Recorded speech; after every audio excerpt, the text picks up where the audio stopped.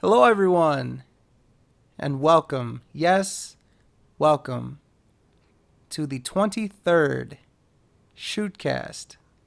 We are back, and joining me, as always, my co-host, Mr. Che. How you doing today, good sir? I'm doing great. I'm doing great that it's Tuesday and we don't have to watch Raw. We are almost at the furthest possible point from the time that we need to watch the next Raw. And let me tell you something. After last night, that's a beautiful thing. Well, we'll get into that. Ladies and gentlemen, you saw the title correctly. You heard me correctly. This is the Shootcast once more.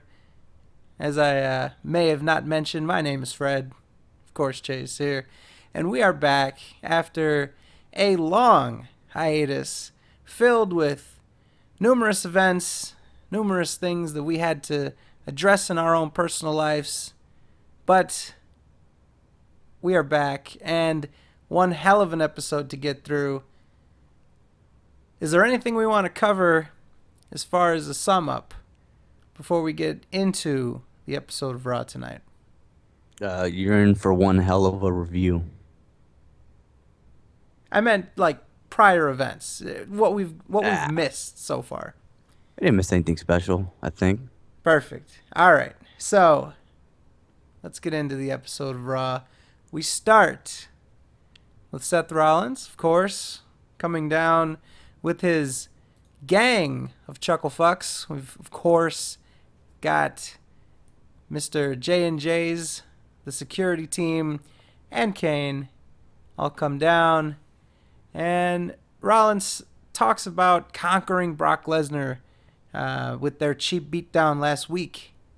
Talks about how he went to Suplex City, burned it down to the ground, and then makes fun of that Brock is going to Japan right now and that he feels pain through the whole flight. And in the spirit of their conquering of the beast, Mr. Rollins provides Apple iWatches to everyone. So the check from Apple is in the mail. Che, tell us, the giving of iWatches, would you have been excited to be J&J Security at this point? I'd have been excited to sell it. I mean, hey, listen, they don't make that much, I think. That's good. Like, what do you think? Like a couple $100 in their pocket? I mean, it retails for anywhere between $200 and $500 for, the normal consumer level one. Then you've got like the gold one. Then you've got, the shit like that. So, they would Product. be looking at around $300 to $500 depending on the resale market availability and such. Not bad, but hey, man, what do you think? You think this was just put into the storyline to make Seth Rollins look like a baller, or there was some product placement going on? I don't know, man. I think there was some product placement, and as we'll see in a couple more seconds, more product placement to be had. So, in addition to the iWatches, he tells Kane that he's the glue that holds them together, and because of this, he's gonna get a vacation to Hawaii. Uh, and they had the fucking women with the lays coming out and all that shit. Mm-hmm. Kane got laid on national television. It's fucking terrible. I hate it. What the fuck is the point of this? And the thing is, what the fuck? They like a month ago they hated each other. Remember that? Mm-hmm. Now everything's all cool and he wants to put money out of his ass to fly him to fucking Hawaii and shit for Well, like a month. this might be authority funded endeavor. Yeah, I just So and then they stretched these motherfucking opening segments out for too long. This literally was going on for like 15 to 20 minutes from what I remember. yeah, it's the 20-minute talk segment. It's what starts us off. Yeah, the product placement. Let's promote Hawaii. Let's promote iWatches, and let's promote the next item we will The talk next about. item in this showcase showdown. So after Rollins assures Kane that after they both beat Dean Ambrose and Roman Reigns later tonight in a tag team match, that Kane is going to be leaving in style to head to Hawaii. But we move on, and now we're gonna break this down a little more in depth than we should. He awards J&J Security a Cadillac CTS, a red, brand new Cadillac sports sedan, Which was nice. and they go celebrate around the car as the next match on the dais starts. Now, how do you give two people one car? Are we to believe that J&J are in a relationship with each other, that they now have joint custody of this car? Well, you never know. This since it's legal. I mean, gay marriage is legal across the United States. You never know if WWE might try going into popular culture and trying to make something out of this. We Absolutely. I might mean, get, that's a yeah, fantastic thing. yeah, A great thing, just something that hasn't been exactly explained yet, the yeah. extent of their No, relationship. no. I'm So, just saying. They like to mimic pop culture and stuff and no, all that exactly. stuff. So I just wanted to add the caveat that, it's a great thing, just maybe left unexplored. yeah. But, so we'll see what happens with that. They are awarded joint custody of one Cadillac CTS in the color lipstick red. And, I don't know, man. Che, what do you think about the car? If you were awarded the car, would you try to sell that? Probably. Hmm. I Oh. mean, it's a nice car. Don't get me wrong, but I'd probably sell it. Now, do you know the Blue Book value of a 2015 Cadillac CTS? 95,000. No. Close. No. 115,000. You're getting closer. 200? No, you're getting further away. Oh, like 150. It is currently running at approximately $45,000 based Oh, on what the which one you fuck? get. What the fuck? What am I thinking? Well, I might keep it. No mileage on it. Fuck Brand it. new from the factory, but of course, as soon as you do drive it off the lot, it it depreciates in value, Mr. Or you're J. gonna have Vince McMahon chasing after. That's my fucking car. Who said it was yours? Goddamn right. Get over here, you fucking midget. I thought that was a Hot Wheels car. So we move on to a celebration at the floor where the car is, but Mark Henry and Big Show make their entrances, and Che, this was one for the ages.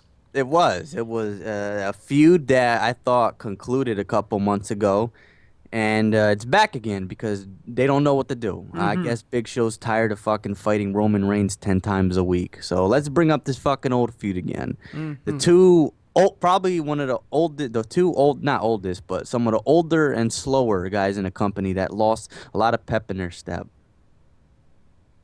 Let's just have them fight. It's what the fucking WWE does. For 3 fucking hours and for them planning shit, this is the best they can come up with. It's like they just throw fucking darts at the screen of two random fucking people to match up against. Terrible. Worse. So we've got this fantastic match between two up and coming stars that have probably been in the company a total of 40 years between the two of them. So we'll get into it. We've got a very quick match. Mark Henry hits Show with the headbutt. Big Show fights back, hits him with a knockout punch Uh-huh. for the win. An immediate win. What the hell was that? Well, you got them hands, man. Mm-hmm. You got them hands, and I Ever like how. since the Mayweather fight, it's like a RPG game where he defeated the boss and took his weapon. He took Floyd's right hand. Yeah. Oh, more like that. It looked like knockout punch is more like George Foreman's right hand. Well, the cheap shot that Floyd got on Victor Ortiz, something like that. Yeah, terrible. Yeah. But It's like the slowest hand. You ever seen him? He just moves into it. yeah, Like it's it like takes it's like the big boot but with the fist. Yeah, he's having trouble lifting his arm up and fucking swinging it. You I try to would you too. try to swing those fucking ham hocks around. How much you think the arms weigh? Ah, man, to hear Kevin Nash tell it, he sounds like a fucking stegosaurus coming down. Yeah, it's just a boring fucking feud that never picked up any steam to begin with. It was boring a couple months ago, and now all of a sudden we hear nothing about it. They build nothing to it. Just random for the sake of being fucking random. Mm-hmm. WWE. So there's that. Show gets the clean win immediately. And here's something interesting, confusing. I don't know what the intent here was, but after this short match, Ryback runs out and gets in a brawl with the Big Show, and then he hits him with the shit. Let's take all the big guys and just have them fight each other. Well, I mean, they're trying to present Ryback as like a baby face and someone, that does stands up for people like Daniel Bryan. I mean, you know how many times he kissed Daniel Bryan's ass in the lead up with the whole Intercontinental Championship thing? Yeah, So he's being presented as a face, heard he got. yet he comes out to brawl with Big Show after a match. Why would he do that? Baby faces don't run out and brawl with someone after they've just gotten done with the match. Oh, John Cena does the same thing. It's like faces and heels have intertwined. I don't think John Cena runs out during people's Well, I matches. mean, he does a lot of heel stuff. I mean, that's like something that they have Kevin Owens doing to build heat on him. This is a heel maneuver. You wait until your opponent gets done with a match, then you come out and capitalize on them after they've already been expending a lot of energy and stuff. So I don't understand the psychology here, but anyways, fucks him up. Miz runs in from the commentary where he was. I guess we forgot to mention that, but it was so forgettable I forgot he was there in my notes. But anyways, runs in from the commentary. Miz tackles Ryback, and then he runs away. Then he gloats up the ramp. And Ryback gets up and says that they're supposed to fight later, but he wants to fight right now. Yeah. So we cut to commercial break. We come back. Miz tries running away, but Ryback chases him down, gets him in the ring, slams him into the turnbuckles, and then he goes for a obnoxiously, awkwardly long suplex. He's got a full hand of genitalia, and he's fucking taking this dude about 6 or 7 laps around the ring. I hope they wear cups. Unbelievable. I don't know what the purpose of this was. I don't know, dude. That looked like it hurt. I mean, it was probably supposed to be some sort of feat of strength, but it just looked terrible. Yeah. His nuts wasn't happy about that. He had a full hand of genitalia there, dude. I mean, And how big that motherfucker is, dude. I don't want him touching anything. he would have been able to give a diagnosis if he coughed. Ah. So, anyways, then the Miz gets a couple shots in, a little bit of offense. It's a neck breaker for 2. Ryback fights him back, goes for the meat hook, and shell shocked. But Miz rolls out, runs away, and he gets counted out. You know that this is Monday Night Raw when you've got roll-ups, countouts, and DQs. And this is the first of which. That's how 90% of the matches end on Raw. Boom. So, we move on to the next epic match. Alicia Fox is, for some reason, back after she's been, like, sent back to NXT or wherever the fuck else. I don't know where she's been. They had a storyline with her and Naomi where Naomi was going to stay in the WWE, but Alicia was getting bumped down, allegedly, to NXT, but I never saw her there. So I don't know if she just had to go back to developmental or spend her time on Total Divas. But anyways, she's back and she's partnered up with the Bellas. What do you think about that, Che? I don't give a fuck about the women's division. It is all terrible. It's all boring. And they're like the most. They're like the biggest division where that shit comes up. You know what I mean? Someone gets fucking rolled up almost every fucking match. You Alicia notice Bella. that? Yeah, Alicia Bella. Perfect. Yeah, we need some, I don't know. So there I don't you know go. what the fuck. I don't know what the hell they're trying to do with that. Alicia's back, and she is going to do the Bellas a favor, and she is going to take on Paige. Yeah. So, But you got to think about it. They got, like, what we see, they got, like, over, I think, a dozen women signed, and, like, 90% of them, you never see them. They got to do something to get their fucking paychecks. They're just sitting in the back not doing shit. And it's not their fault because nobody's using them, but they have so many more women than what you would expect. You would think the women's division is only like 4 people, but there's more. You never see them. Nikki, Brie, Paige, and Naomi. That's your division right now. There are others that sort of do things here and there, but your division is basically those 4. Mm-hmm. It's terrible. But anyways, maybe they'll bring. It's been rumored for a while that they're going to bring in Charlotte Flair, which would be fantastic. There's a lot of girls in NXT that would spice up the division. Sasha Banks. I think Bayley is a good worker. They're really rehabbing Becky Lynch and making her more of a. They're like putting her in like a steampunk gimmick on NXT and all this other stuff. So we'll see. We'll see what happens. I know they're going to bring in new talent. They have to. So We will see. moving on to this epic matchup. Che, it's almost as though you don't want to talk about this epic matchup. This was one for the ages. Which one? Alicia Fox and Paige. What? I mean, it went longer than I would expect. I mean, I'm telling you, the women's division's fucking boring. It's the same shit. You can throw new characters in there. You can throw whatever. What was the whole storyline behind Alicia Fox joining the Bellas anyway? Or she just came out for the fuck She of just it? came out and I just pick a side. Fuck yeah. it. The way they introduce characters now is that they just appear, they beat up someone that the people that they're trying to side with doesn't like, and then all of a sudden they're in. Terrible. So, whatever. Anyways, Shenanigans. match starts off. Alicia gets some slaps and some elbows, attacks her in the corner. Paige starts to mount a comeback, clotheslines, elbows, tries to roll her up, but the Bellas interfere. And your winner, Paige by DQ. Shenanigans. How surprising. So How there you surprising. go. Back to back. We got count out and DQ. Bang. Ridiculous. Well, Paige has been out due to Tough Enough, which is a big waste of time. I haven't seen any of the episodes, but I've heard about them, and I'm hearing that they're absolutely terrible. So, Ugh. What can I say? Watch, she's gonna be doing the movies next. well, I mean, at least Paige is doing something, right? Yep. We move on. The United States Open Challenge. Oh snap.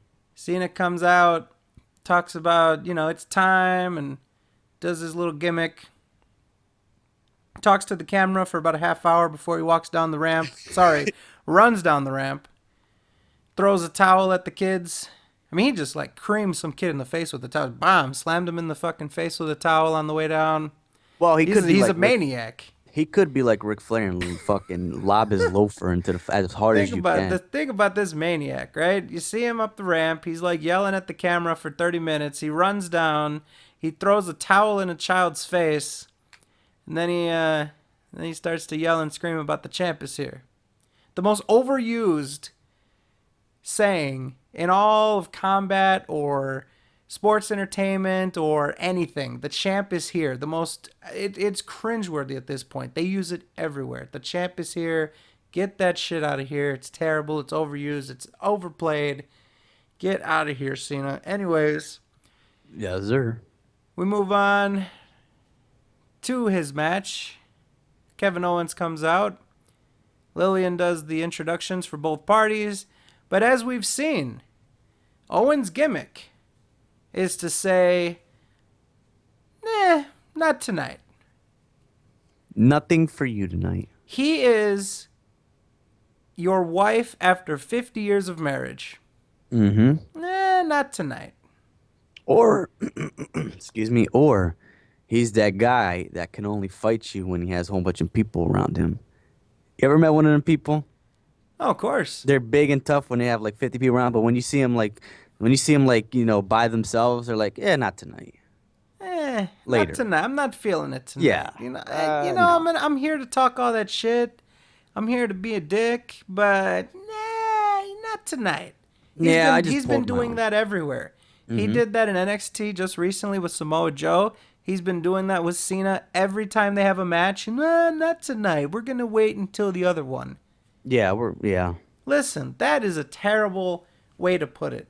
Because you're trying to make this guy look as strong as possible. He's getting offense in on Cena. He has a clean win over John Cena. How many people on the roster can say that? He comes off like a chicken shit heel. He comes off not even just chicken shit heel. He comes off as someone that doesn't even want to engage in combat with anyone. Yeah. Unless he has the upper hand. Yeah, and it makes him look lazy. Looks And let's be terrible. honest, he's not in the best physical shape, so that's a point against him too. You don't want to make a fat guy look lazy. Perfectly said. Exactly. Exactly. So, anyways, comes out, says not tonight, and instead, I'm going to go sit on commentary and make snide remarks at you while you face Cesaro. Which Now, is wow. now Cesaro, unfortunately, is without a tag team partner and is going to have to go at this as a singles competitor. The unfortunate news is that Tyson Kidd, while we were gone on our hiatus, he had a dark match with Samoa Joe, and as the story goes, since there isn't really any footage of this available, it was just a routine spot, ended up not going well, and Tyson Kidd suffered a neck injury. He just posted on social media a picture of the back of his neck full of staples. So he actually did have an invasive surgery, and obviously we wish Tyson Kidd a speedy recovery and the best of luck because Yes, sir. that tag team combination. Even though at first we were pretty negative about it, looking at the relatively weak tag team division, it actually does add depth and it's a fun combination. They've come up with a lot of cool moves together, like the giant swing into a drop kick and stuff like that. So they've done very well, and I think that they have a decent contribution to the already shallow tag team Yeah. division. So They took something that literally wasn't supposed to fucking work. It was as mismatched as possible. Two people who haven't had any history that you think they wouldn't have any charisma, and they made it work. And the fucking tag team divisions need as many tag teams as humanly possible right now because it's almost as shallow as the Divas division. yep, I mean they're having to resort to bringing back the primetime players into the tag team Yep. division. So All right. all right, we're gonna get that one guy that goes grab that guy, bring him in there. Anyways, we've got a fairly competitive matchup, more so than you'd think. I guess that's Cena's gimmick now is that he's less competitive with guys that he should squash. But such is life. Cesaro puts up a pretty good fight, and we finish off where Cesaro has the win in his hands. He's already had Cena kick out of the mandatory finisher, so he's that deep into it. He's already kicked out of a number of things. He gets the sharpshooter locked in, and Owens runs in and hits Cesaro, then hits him with the pop-up power bomb. Cesaro wins via disqualification, but the rationale, as Owens says, is that if anyone was going to take that U.S. title, it's going to be me, and it's going to And be at do it. Battleground. What? He's just coming off like a jackass, cheap shotting everyone. Doesn't make sense. Yeah, I I mean, it, mean, he powerbombed Machine Gun Kelly, which I don't think anyone was that upset about, but they just have him doing stupid stuff. Like, as a fat guy, he needs to look as though he can beat people up, and and, he comes out and says, not tonight. He should be coming out there and taking all challenges and fighting everyone all the time. and the funny thing is, he's like, oh well. After cheap shotting both of them, oh well, I could have beat you. Well, you had your fucking chance. Mm-hmm. I mean, don't even have him out there if he's gonna be ducking people. Just save it. Well, I mean, save it. Fuck who? Honestly, battlegrounds is a low tier fucking special event. Oh, yeah. It's fucking. It's like almost. It's literally like a Raw with a different coat of paint, like a teeny bit, maybe a different color or whatever. So it's not like this. It's not like this gigantic pay per view like WrestleMania or SummerSlam where you need to save it for that. You know. Mm-hmm. It's just So then we move on to the Lucha Dragons and the Primetime Players versus Bo Dallas and the New Day. What a fucking pairing. Bo Dallas and the New Day. I mean, like I said before, they just throw darts at random people and be like, "All right, both of y'all get together." Wow. Well, I don't know. The fuck is Bo Da? Bo Dallas and the New Day. Oh God, What do they have to do with the Lucha Dragons and the Primetime Players? I don't know. I just needed a third person. Who cares? Anyways, they have a decent match. The Lucha Dragons do a lot of cool stuff. Um, A little bit of offense here and there. New Day fucking sucks. Yes. One of the cool things that happens is Titus does the lucha dance with them, and then he like whips them out, and they both do suicide dives. No tope con hilo, unfortunately, Che, but suicide dive through the ropes. You know how I love those. Oh, it's amazing. Fantastic. One of the least impressive, highest risk moves that you can do. I mean, literally. Okay, going through the ropes with a suicide dive is stupid. It doesn't look that great. It almost looks like a ripoff compared to going over the top. And you run the risk of catching your foot on the rope when you go through, and then, either wrecking yourself on the floor or wrecking yourself on the ring apron, depending on how hard and you catch and how far you were going. Terrible. I hate those. They should be banned. You should go over the rope entirely because that's safer, not through it. It's more impressive too. Like, yeah, this guy did all that shit. He jumped over. Exactly. Bring back the tope con hilos. Do it. All right. Anyways, they do the lucha dance, couple suicide dives out. Kofi jumps back in, but Titus grabs him with that sit-out power bomb, and he does a very confident cover. Sometimes when people cover, they like fidget, they like spaz out. Mm-hmm. He did just like nod his head to each, slap of the mat, and there you go. They win that. Who cares? Yeah. Titus has been like really trying to capitalize on pop culture. Like he does like little dances and shit. Like he was doing the nay. Terrible. You familiar with that? Oh, that's great. Yeah, that's certainly not fucking suspect. Next, he's gonna do the flick of the wrist. Yeah. I mean, come on. Yeah. This is bullshit. Hey, come on. What the fuck? Hey, dude, the fucking nay. Them dances are fucking stupid. He sounds actually a lot more like a sea lion or an otter. Yeah.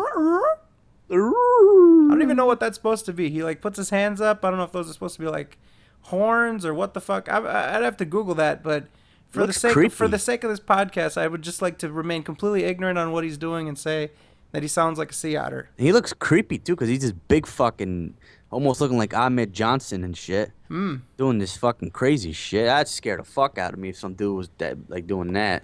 Yeah, I mean the only thing I would say about Titus is that he's so physically imposing that he brings a different vibe when he comes in. When he starts to flip out. He definitely does have the look like if this guy snaps, dude, he probably beat your ass. When he starts to flip out, when he starts to get amped up, it does get the crowd a little bit more excited. So, you have to give him credit for that, but, not the best. We then move on to Che's favorite segment in the whole wide world, the completely necessary, you see it before we go to commercial break, the infographic says Ziggler and Lana go public. They have to announce what they're doing to the rest of the world, because it's certainly believable, even though dirt sheets are out. We know who's dating to. We know who's fucking who. But let's just go public. And let's both have their fucking hair in a bun. Exactly. They both come out with the exact same hairstyle and the same height. They're at the top of the ramp. Ziggler keeps doing this ridiculous like overly smile, like to try to be sly, like yeah, I'm hitting that, but yeah, it sends the wrong creepy message. Like a dude, bro. They're like interacting like they're like 7-year-olds on Valentine's Day. But like anyways, it's like it's his first time getting pussy. Lana's got her hair a little bit different. It's like more flipped over her shoulder towards the front for some reason. And you notice she cut back on the Russian accent. Yeah, she's now it's slowly. Yeah. You notice that when she's cutting her promo, we'll start with Ziggler's side of it. Ziggler says that I usually don't settle down and. When this thing was going on with Lana, where I thought she was trying to use me to get back at Rusev, I was making out with tons of smoking hot babes. but now things have changed, and I'm in this relationship. I'm banging her. Then she gets the microphone, and she's doing that like overly smile. I hate that she does that. She does like that no teeth, squinty eye smile that she does. I don't know if she's trying to recreate some Russian smile or where she got that from. Well, she's based off of if I'm correct, she's kind of based off wife. Ivan Drago's wife. Yeah. Bridget Nelson. Without the smoking the cigarettes and all that shit. Well, because that's not That's That's not not PG, PG-13. you know. Yeah. They can't sell WWE brand Yeah. cigarettes, so Yeah. yeah. Anyways, she keeps doing this stupid smile that I hate. Her mannerisms under this Russian gimmick are terrible. Just let her be her. Honestly, fans will connect to her more. Guys will like her. Just let her be her. Anyways, a key thing that I noticed, and I think you picked up on it, and this is what I definitely noticed. She talks about, I used to do what Rusev wanted me to do. I used to talk the way that Rusev wanted me to talk. That for me was the cue that she's going to slowly start to drop the Russian accent. Yeah. Especially because, as we see, and as we have seen, Rusev dropped the Russian thing entirely, and now he's Bulgarian. How are they gonna explain that? What were they, fucking mercenaries? They didn't even explain with him. They didn't explain anything. Just overnight after the Cena match, he's just I'm Bulgarian now. It's fucking weird. I'm telling you. Terrible. It just was he like a paid? Was he like I don't know. I don't know what the fuck it is, but anyways, they talk about how they're fiddling each other. They're so happy about it. But you know what, Che? I just gotta say, if this was real life and I was in Ziggler's position or the multiple positions, I would be bragging about it too, and I would brag about it on the biggest stage possible. Agree or disagree? And you're getting killed on that biggest stage. I'm just saying. Just I gotta feel keep it you. real. Yeah, but you know the way he brags about it comes off like he's like He 15. comes off like a 7-year-old on Yeah. Valentine's Day. He Would just you got do a it like card. that? He just got a card from the girl. No, I have a Yeah. lot more dignity than that, and I'm not in the PG era where they can't just like kiss each other extraneously and say they're fiddling each other. They have to make Google eyes at each other and stuff. But Smile, do the little hi. anyways, they gallivant their relationship for several minutes until Rusev comes out with Summer Rae. How the fuck did that happen? Not sure, but Rusev is bagging himself another blonde. They come out. He's got this giant boot on his foot and one crutch, just one. He comes out and Summer Rae lets herself into the ring instead of Rusev helping her in. So you can already tell this is like the revenge relationship. But she comes in. They both talk about, oh, I never liked you. I never liked you. I never wanted you. And Ziggler takes this as very offensive. How dare you come out here and interrupt us, wasting everyone's time? The nerve How dare of you interrupt me? The How nerve. dare you interrupt our segment? We're taking 15 to 20 minutes of these people's time to tell them that we're fiddling each other. And how dare you come out here? How dare you? I'm banging your ex. How dare you try to disturb How me? dare you come out here? He just like a woman. This is our time to talk about how we're fucking each other. You get out of here. He's not intimidating. No. He looks doofy. Like Yeah. you just hit him one time and he folds. I mean, you know, and Ziggler was an amateur wrestler, so you know. Nah, but still, Rusev would one-shot him. yeah, he would. He'd put the coffin nails on him real quick. Yeah. But anyways, they start to talk about this back and forth, but Rusev maintains the fact that he didn't care at all. But then, Summer Rae grabs the mic as Rusev is walking away, or waddling away, however you want to put it. I might add that the reason why he waddled away is because Dolph said that they should fight, but then he decides to walk away because of his foot. Summer grabs the microphone and she says, much to the dismay of Rusev, who maintains that he never had any feelings for her in the first place, she says that Rusev really cared about her and he loved her and she should admit that she's actually a two-faced phony. She was all over Rusev when he was at the top, and when he finally loses, she didn't want anything to do with him ever again. Summer slaps Lana on her face.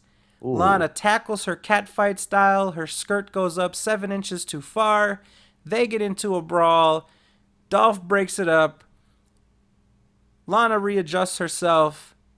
Then she goes in for seconds. repeat both of the things, skirt up 7 inches too far, readjust herself again. Lana looking feisty, ferocious, fearsome, ever much the fighter. Lana really went for it for no reason whatsoever other than she was insulted. Jay, your thoughts on this angle? Boring. Boring. I mean, you got in a cat fight. That's alright, but they wasted 15 minutes fucking Dolph Ziggler being as non-intimidating and boring and goofy as humanly possible. Then it's a bad. These love angles do not work most of the time. You got to get certain people in, and when you put like a chain on them, which is a PG thing to like not really let them shit talk each other the way that they should be, it just comes off like some high school bullshit. I say middle school. Hmm. But seeing their skirt go 7 inches to up is A-okay with me. Just do that for 30 minutes. Mm-hmm. That's There you all. go. That was But the you best think part she's of the gonna start segment, wrestling? obviously. No, she's not going to start wrestling.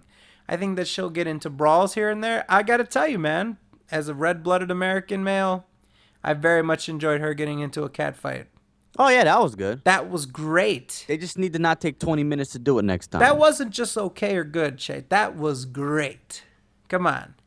But they To need to see be in, her finally enact violence on someone else, to look, that she's got that look on her face and shit, that was great. Fantastic. Her attacking somebody else, fantastic. I they need want to that do it every in single week. they need to do that in thongs too. I mean, I don't think they would do that because they realize that her skirt is going to go up when she gets into fights with people, especially if she's going to try to take them down and mount them. So probably not, Shay. No. A man can dream.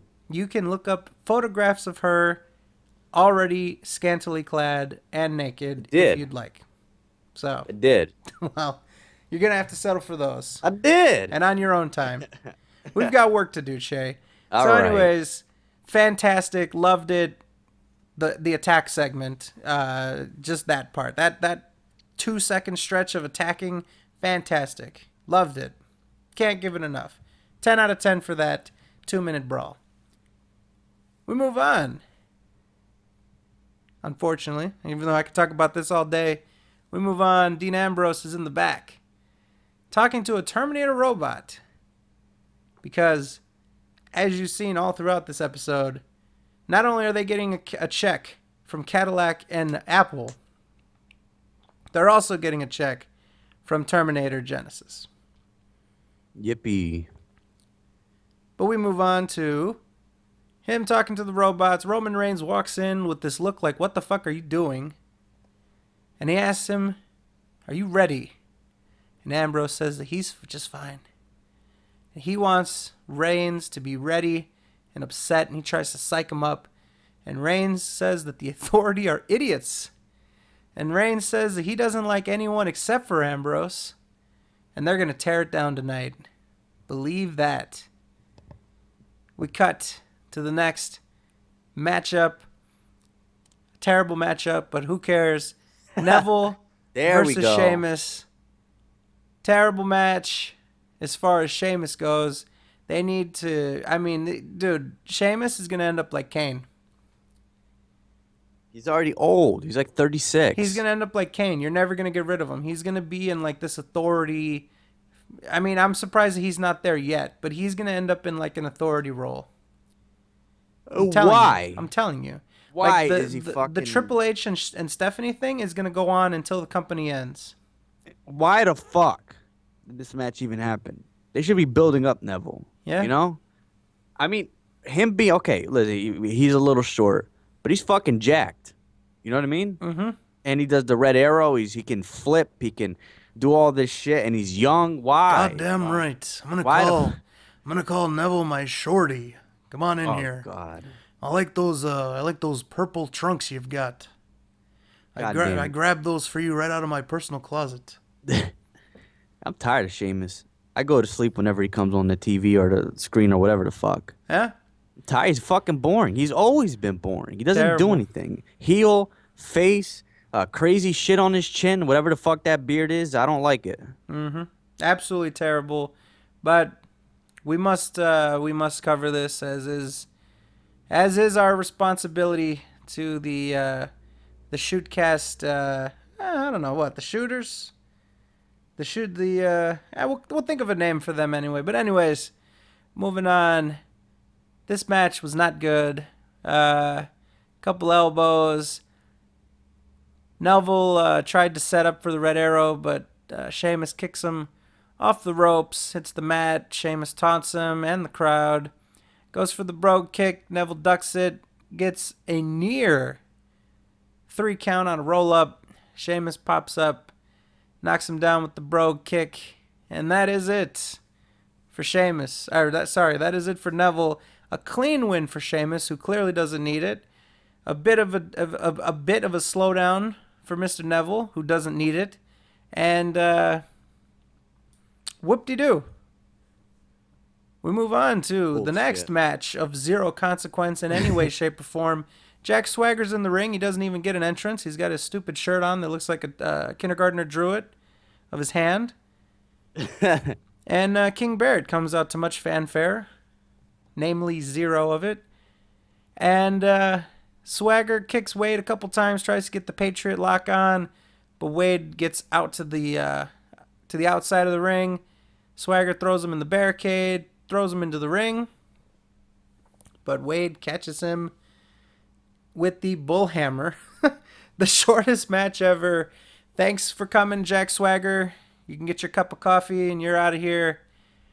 Rumors are he's going to Lucha Underground. If he was to do him and Zub Coulter down there, that would be fantastic. But oh well. Bad News Barrett for the win. That match was bad news for all of us. Yeah, it should have never happened. Your main event, your piece de resistance, Che. Seth Rollins and Kane featuring J&J Security in their brand new Cadillac versus Dean Ambrose and the ready Roman Reigns. Mm-hmm. Ambrose and Reigns hit Kane, suplex him. Ambrose stomps Rollins on the floor and whips him into the barricade and such. Some offense on the outside. Then Ambrose gets a table, Che. A table. A table. A table made of fucking cardboard. He originally slides it in long ways, right? Yes, sir. Then he rotates it so that J&J Security can more easily grab it and slide it out of the ring right before he gets to set it up and use it. So, fantastic. Then, yay. Now, I'd also like to mention this is a DQ match. So, table was fair game. Ambrose gets his table taken away from him. Reigns comes in and tees off Che with a kendo stick. Tees off on Rollins and Kane with the kendo stick. Ends up breaking it over his knee and roaring at the crowd. Rawr, which probably scared the shit out of the 5-year-old that was there in front. And then the lights go out. And what do we see? None other than Bray Wyatt showing up. And for anyone that watched UFC, namely Lyoto Machida versus Yoel, Soldier of God, Hater of Gay Marriage, Romero, this maneuver that Bray Wyatt used looked very reminiscent of the finish of the Machida versus Romero fight. Wyatt gets into full mount and elbows Reigns until he's unconscious. Mm-hmm. Crazy, huh? Yep. Slams him on the commentary table. Ambrose tries to mount some offense. He tries to get the dirty deeds. Kane choke slams him. Rollins hits a terrible pedigree. Yeah, he needs to stop doing the pedigree. He's gonna hurt someone. He's gonna actually hurt someone doing that. And he gets the win. Now, here's the problem. Here's the problem that I'm having. Mm-hmm. Okay? I want you to compare the pedigree to the curb stomp, not just in terms of how it looks, but how it's implemented. Okay? The mechanics behind the curb stomp. A guy is on his hands and knees. You run over. You put your foot behind his head. and you give a little bit of force downward, and the person can take that spot however they want to. They can put their hands down as early as they want to. They can puff their chest out as far as they want to. They can take the bump however they want to, right? Mm-hmm. The pedigree. You have both of their arms behind their back and you drop them face first to the point where they have no control over where they're going or how they're taking the bump. Yep. And you're falling with them. So there's more force coming down. It looks as though it's more damaging. And as far as how it's implemented, the person taking the bump has less control of how they're actually going to take that bump. Yeah, because if you think about it, no fucking with the curb stomp, it's more like them pushing their head down than anything. It's not like the guy literally fucking like shoves his fucking boot into your like face or whatever. It's just literally like the appearance that he's doing it. It's your head going down and slamming it as, sell it whatever the fuck you want. Mm-hmm. But pedigree is, they fuck up, dude, and you're falling flat on their head with both their knees behind your head. So, anyways, after the match, some shenanigans to be had.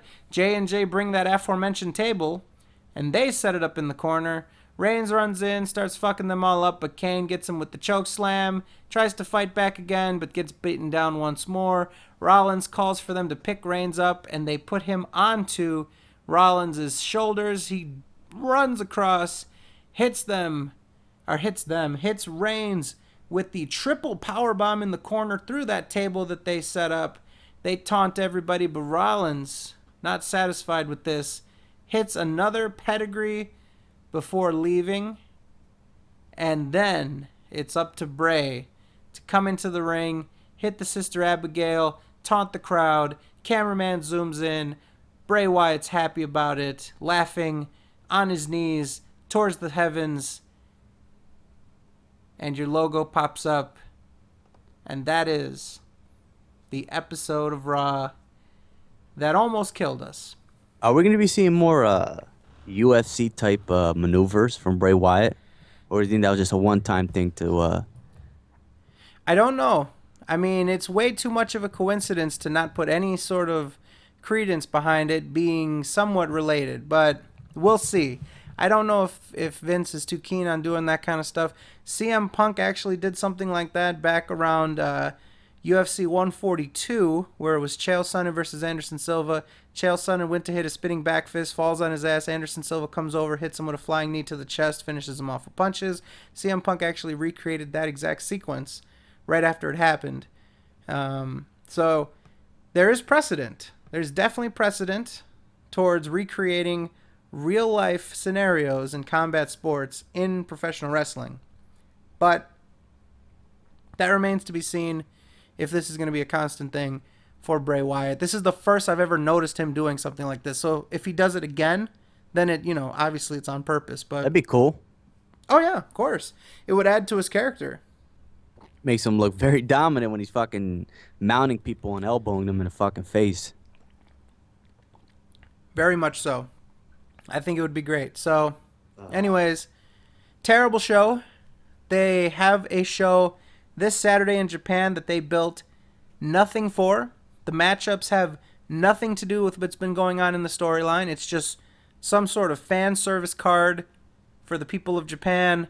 Nothing's going to matter again until Battleground. So, I mean, this should have been a go-home show to sort of set up the thing in Japan. They should have had more interactions with these guys that are going to be going off into these matches into Japan so that the American public would be a little bit more aware of why and the rationale and have something to bite on, something to sink their teeth into as to why these people are actually going to have matches on the WWE Network this Saturday. Or why not a cross-promotion thing with a Japanese wrestling company? No, that'd be interesting. They'll never do that. No, It's in Japan. Don't even bring it up. They're never going to do that. All right, sir. God damn it! Someone get these fucking shootcasters on the phone.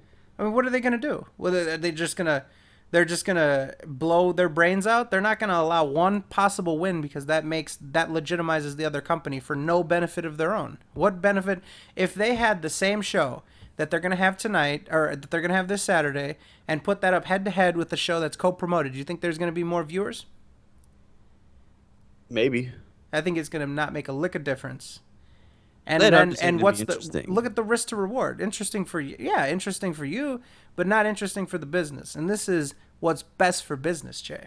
Oh yes, yes, So, yes. That's why they're in such great financial fucking whatever. well, I just think that by legitimizing another company and making people want to watch I know, that, I get it's it, I not going to get it. work for them. So, anyways, new cars, Apple iWatches, Terminator Genesis, Lana upskirts, she gets in fights. Che, your rating for this show? 1. 1.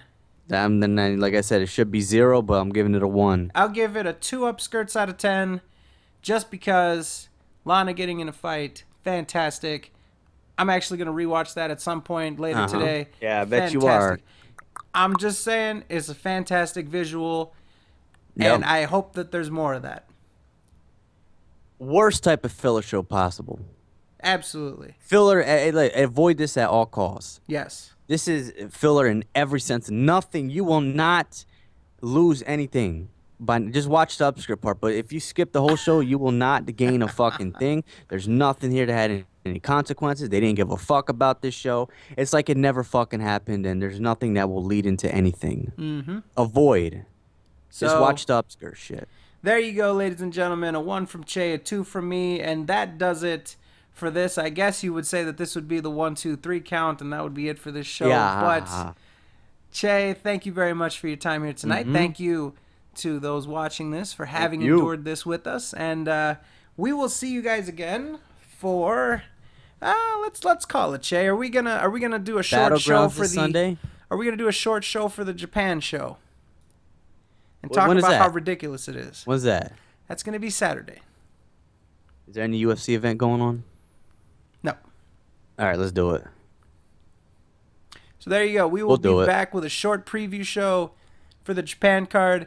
We might come back with a review. We might do a double dip for Monday Night Raw, but we will be back for a preview show for the Japanese super card taking place on the WWE Network with a ton of irrelevant, confusing, and unnecessary matchups. Until then, thank you for watching. Peace.